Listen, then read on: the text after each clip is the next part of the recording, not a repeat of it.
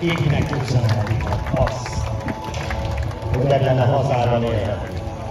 És minden megpróbáltatás ellenére, a legutóbbi 103 éves figyelemre is él nemzete hazán.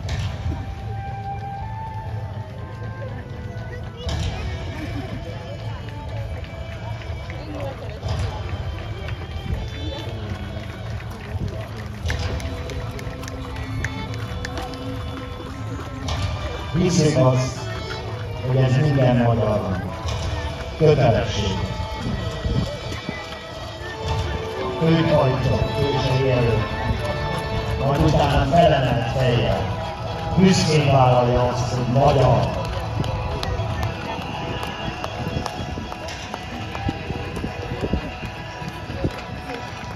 Végünk által megszerzett módon, hogy mi élünk Európa közepén. Szálltengerben.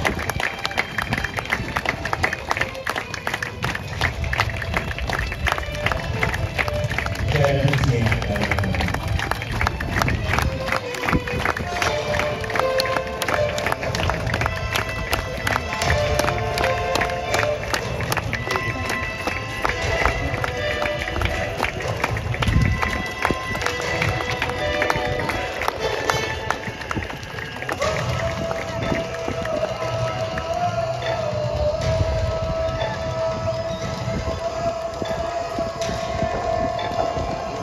A lovas hagyományőrzők előtt is azt hiszem kalapot emelhetünk,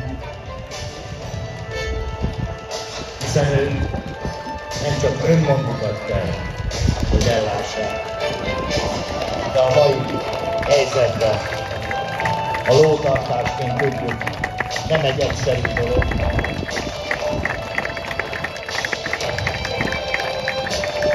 És ők minden évben megjelennek viseletben, és felvonulnak önök előtt, példát mutatva önöknek, mindnyájunknak.